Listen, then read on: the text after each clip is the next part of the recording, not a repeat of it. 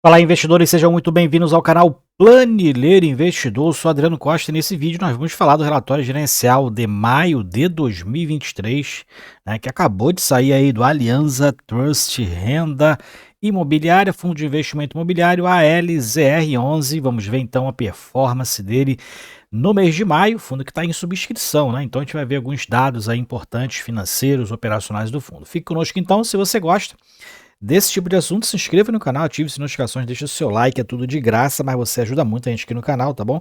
E eu vou deixar também esse relatório gerencial na descrição do vídeo, para você baixar, fazer uma leitura aí mais detalhada do fundo. A gente vai passar pelos principais pontos aqui, tá?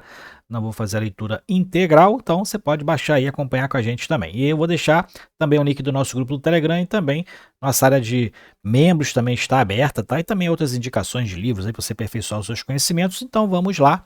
Alianza Trust Renda Imobiliária, fundo de tijolo.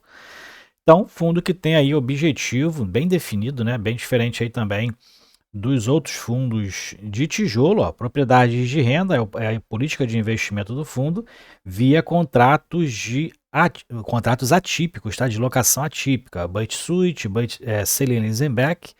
Então, se você quer saber essas informações sobre esse tipo de contrato aqui, ó, pesquisa aí no Google. Então a gente tem já tem aí um vídeo, se não me engano, no canal falando sobre esse tipo de contrato, tá? Mas especificamente esse tipo de contrato leva né, praticamente aí obrigatoriamente, na verdade, os fundos a realizarem contratos atípicos para garantir né, a questão financeira do retorno do investimento, tá? Então pesquisa aí, é importante você saber como investidor de fundos imobiliários.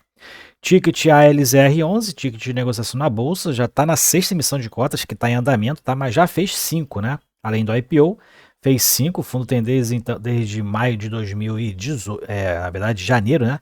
De 2018, fundo aí com 5 anos de mercado, 5 anos e meio praticamente, né?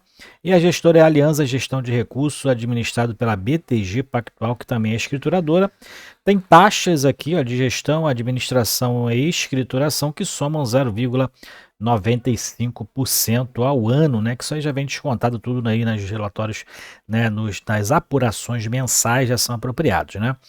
E o valor de mercado do fundo, 848 milhões e meio, né, tá superior ao valor patrimonial, né? Então no mercado aí fechou ontem 16, que inclusive foi a data base de anúncio do fundo, né? Anunciou ontem, dia 16 de junho, seus proventos, e estava fechado ontem a R$ 114, né? E aí patrimônio líquido do fundo está um pouquinho abaixo de 106,22, como está aqui embaixo, ó. Fundo atualmente tem mais de 7 milhões e 600 mil cotas emitidas, e esse valor patrimonial está dividido praticamente em dois fundos em um, né? Um é o ALZR 11 em si, e outro é onde ele investe diretamente aqui no Alianza Digital Realty, 504 milhões de reais no Alianza Digital Realty, e o Teaser, né, que ele acrescentou aí no seu portfólio recentemente, 2,2 milhões na proporção de participação do ALZR 11, 99,85%. Um total, então, de 171 milhões de reais, né? Então, é a proporção do fundo, né? Então, é 168 milhões do ALZR, que soma 504 mil, né? 504 mil, né? Do Alianza Digital Realty, que esse aqui é a composição do caixa, né? Claro, né? É a composição do caixa. Então, essa composição do caixa hoje do fundo, né, já tem aqui, inclusive, se eu não me engano, né, o direito de preferência do fundo. E a gente vai ver isso aí, então. O fundo já teve o seu direito de preferência encerrado, tá até inclusive nesse parágrafo aqui, tá? E atualmente o fundo tem quase 172 milhões em caixa, não é o patrimônio líquido do fundo, tá? Bom, atualmente o fundo tem 123 mil cotistas, quase 124 mil, né? Eu não sou um deles, não sou cotista do fundo ainda e nunca fui, né? Mas eu acho um fundo bem interessante, tem uma diversificação interessante, tá? Realmente é um fundo que sempre está sendo negociado acima do valor patrimonial e foge um pouquinho da minha estratégia de investimento, mas, na minha opinião, um bom fundo, né? Para quem não tem dentro da sua estratégia comprar fundos abaixo do seu PL, tem aí uma boa oportunidade. Bom, comentários aqui do gestor, até maio, 9 dos 15 imóveis já tinham sido aí, então corrigidos, aluguéis corrigidos pelo repasse inflacionário, tá? Cerca de 53% da receita do fundo já foi então reajustada, já foi repassada na inflação do período nesse primeiro semestre. Falta agora Balduco, BRF, que são 2 imóveis, Coca-Cola, o DuPont via o Fundo de Investimento Imobiliário Teaser 11, né? E o IPG, mas esse IPG só vai ficar até 3 de julho, né? Então já vai devolver imóvel, vai ficar vago e esse repasse não vai durar tanto assim. Sexta emissão de cotas do fundo, então, fundo que prevê uma captação de 311 milhões de reais, aí dentro da sua política de investimento vai ser na aquisição de ativos imobiliários, ou seja, não tem aí definido, né, ou então está fazendo um segredo aí de mercado, né, na aquisição de algum imóvel, né. Preço da subscrição R$ 105,90, que somado com a taxa de emissão dá R$ 106,90, abaixo do seu valor aí de mercado, né, que está 114, né? Então tá com base aí no seu valor patrimonial. O fundo, então, já teve o direito de preferência encerrado no dia 23 de maio, de sobras também encerrados no dia 6, e subscreveram aí mais de 185 milhões de reais, desconsiderando os custos da emissão, de 76 milhões na fase de direito de preferência, então 108 milhões no direito de sobras e montante adicional. E agora ele está na outra fase, então aí, que vai até o dia 23 de junho, que é aí para os investidores profissionais, né? E a liquidação vai ser no dia 29 de junho para definir se vai alcançar a captação aí de 311 milhões de reais. Bom, os recursos, como eu já falei, vai ser aplicados aqui dentro da política de aquisição do fundo, né? Então não está aí anunciado, pelo menos aqui não no relatório gerencial, né? E o caixa do fundo, como eu falei ali anteriormente de forma resumida, está aqui definido nesse parágrafo aqui, né? 76 milhões veio da dia de preferência, então aumentou o caixa do fundo, né?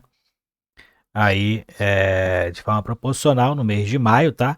Aqui nesse parágrafo eles não consideraram então o direito de sobras, né? Porque o direito de sobras só entrou aqui em junho, né? Esses valores das sobras de 108 milhões de reais só entraram em junho, então não está considerado aqui nesse relatório de maio, somente o direito de preferência de 76,8 milhões. E esse então é a situação do caixa atual, né? E tem aqui, ele fala que tem novidades relacionadas à aquisição dos imóveis Decathlon, lá da Raposo Tavares, Joinville e algum outro imóvel do fundo. Eles vão compartilhar imediatamente. Então logo tem aí então novidades sobre esses imóveis, né? Então provavelmente pode ser que o fundo tenha aí pretensão de pagar aí, né, parte do imóvel, né, com relação com os valores da subscrição, né? Já que, se eu não me engano, os financiamentos que o fundo tem estão ligados aos imóveis da Decathlon, né? Vamos ver se nesse relatório aqui fala alguma coisa.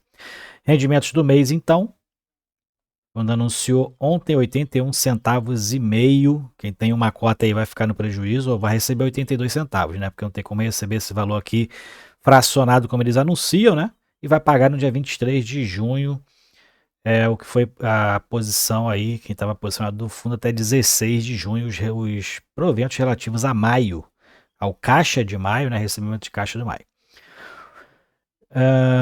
Quem participou do direito de preferência na sexta emissão também vai receber aí no dia 23, equivalente a 25 centavos, né? E essas proporções todas aqui, em relação aos recibos, né? Vai receber então esse valor pro rata, né?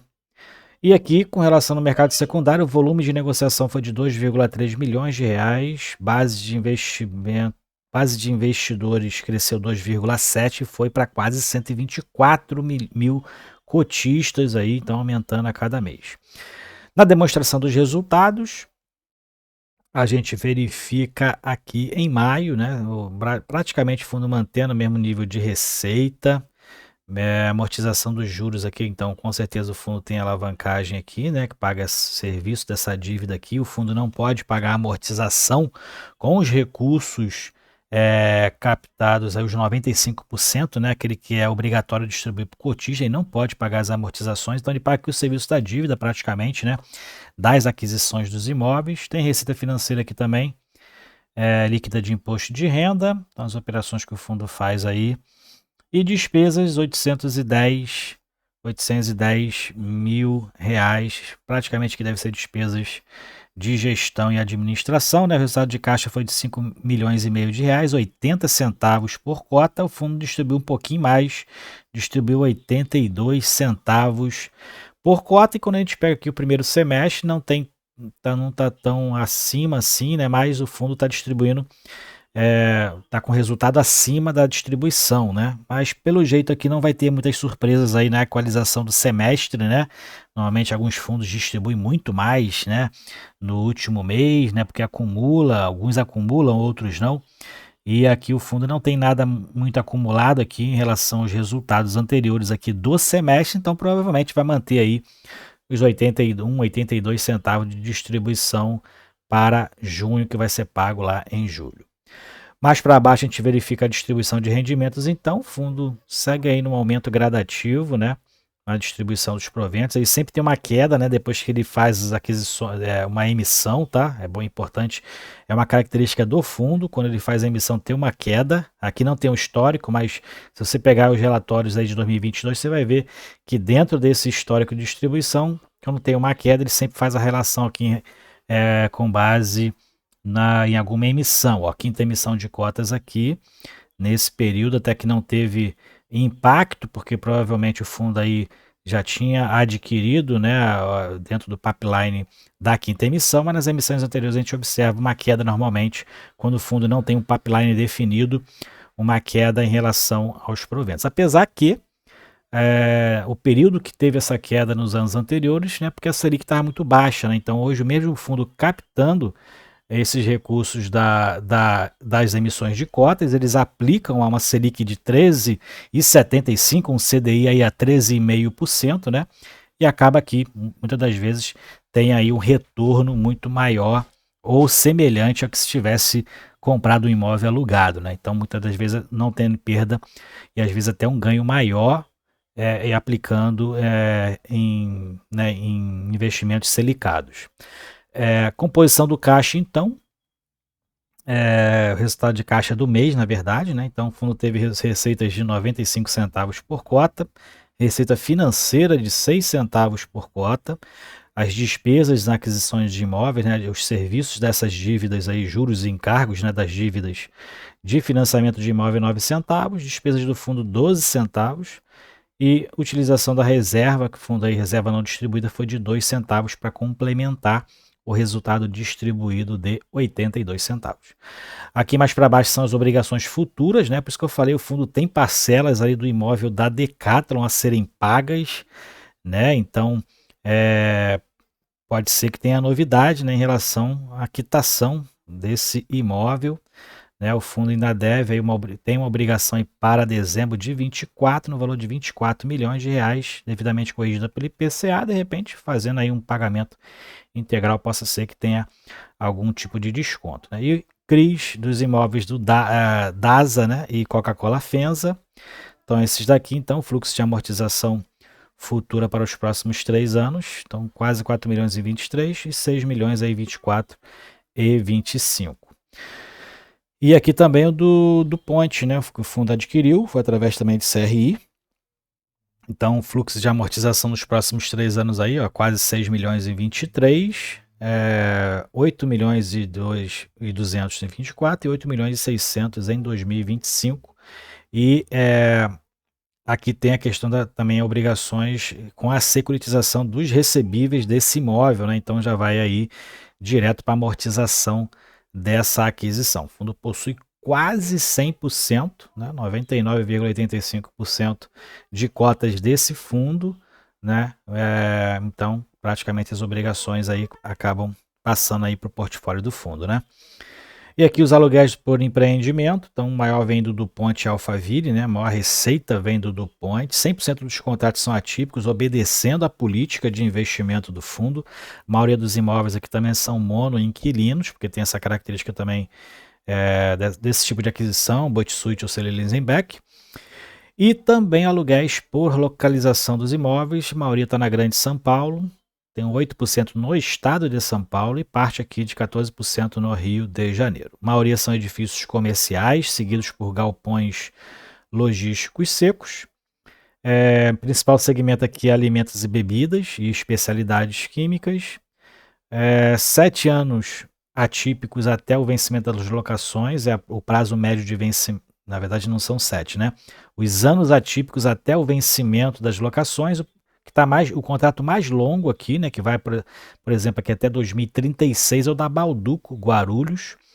Outro aqui vai até 2036 também, aqui é o Sky Santana de Parnaíba, né? Do digital Sky Realty, né? E muitos de contratos aqui de longa duração, né? Longa e média duração, média deles aqui, ó, de 8,4 anos, característica dos contratos atípicos, tá? E os aluguéis por faturamento anual dos locatários, então, os contratos aqui, os locatários, os principais locatários do fundo têm faturamento superior a 10 bilhões de dólares, né, por ano. Então, realmente, são grandes potenciais aí, potências, né, de empresas aí no Brasil, né.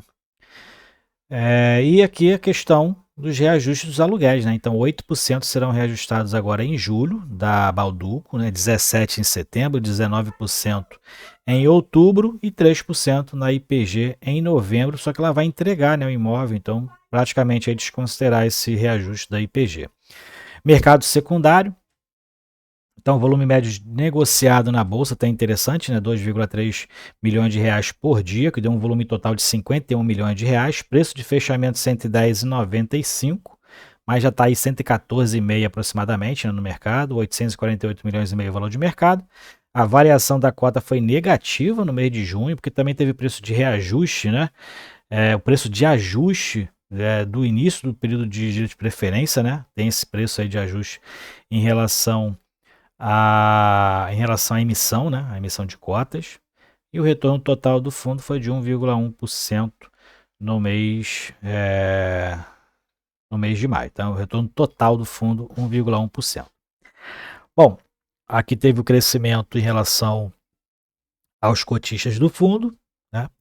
E mais para baixo, a gente vai verificar aqui alguns gráficos de liquidez média, e o portfólio do fundo com as suas especificações, né? Então a gente verifica aqui a foto do imóvel, né? Qual é o inquilino aí que ocupa o imóvel, são imóveis monoinquilinos, com contratos aqui onde ele destaca aqui o aluguel, a área bruta locável, a área do terreno, o tipo de contrato são todos atípicos e qual é a garantia que ele tem em relação a esse contrato. A maioria aqui são fianças bancárias, tá? Então qualquer tipo aí de problema que tiver no contrato, em inadimplemento, muitos aqui têm fiança bancária, e aí o fundo aciona essa fiança, né, e garante o pagamento do contrato. Bom, é isso então, relatório gerencial do ALZR11, aqui são as especificações dos imóveis do fundo, que são 15 imóveis, né, então um fundo bem diversificado em imóveis, empresas sólidas aí no mercado, tá, e inclusive participações aqui interessantes em imóveis interessantes também, esse do Ponte, um imóvel novo, né, aqui em Alphaville e Barueri, que essa região aqui que está problemática em relação, né, às lajes corporativas, mas o edifício comercial é alocado para DuPont, né, e a fiadora também é a própria DuPont, né, e a gente verifica aqui que é um imóvel bem imponente, né, imóvel novo, imponente aqui, bem interessante esse edifício comercial, e a ocupação do imóvel está 97% de ocupação, aluguel bruto vigente R$1.803.000, com vencimento até setembro de 2035. É isso aí então, relatório do ALZR11, atualizando aí as informações do fundo, tá? Aqui para baixo tem as políticas que a gente já citou aí durante o relatório, então espero que vocês tenham gostado do vídeo, né? Façam aí uma leitura mais detalhada para você aprender do fundo. É um fundo até famoso aí no mercado, né? Grandes influenciadores aí, investidores falam do fundo, cotista do fundo. Eu não sou cotista do fundo, tá? Mas é um fundo realmente interessante aí para quem quer investir para o longo prazo, principalmente, né? Quem tem essa política, além de outras estratégias de investir para longo prazo, a gente vê que os contratos atípicos aí tem essa oportunidade, dá essa oportunidade de você investir em fundos que você pode ter aí uma noção de longo prazo bem interessante aí, inclusive até 2036, 2035, né?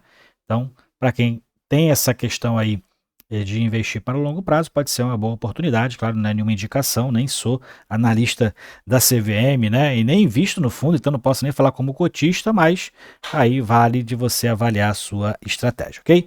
Fiquem com Deus então, até o próximo vídeo. Tchau, tchau.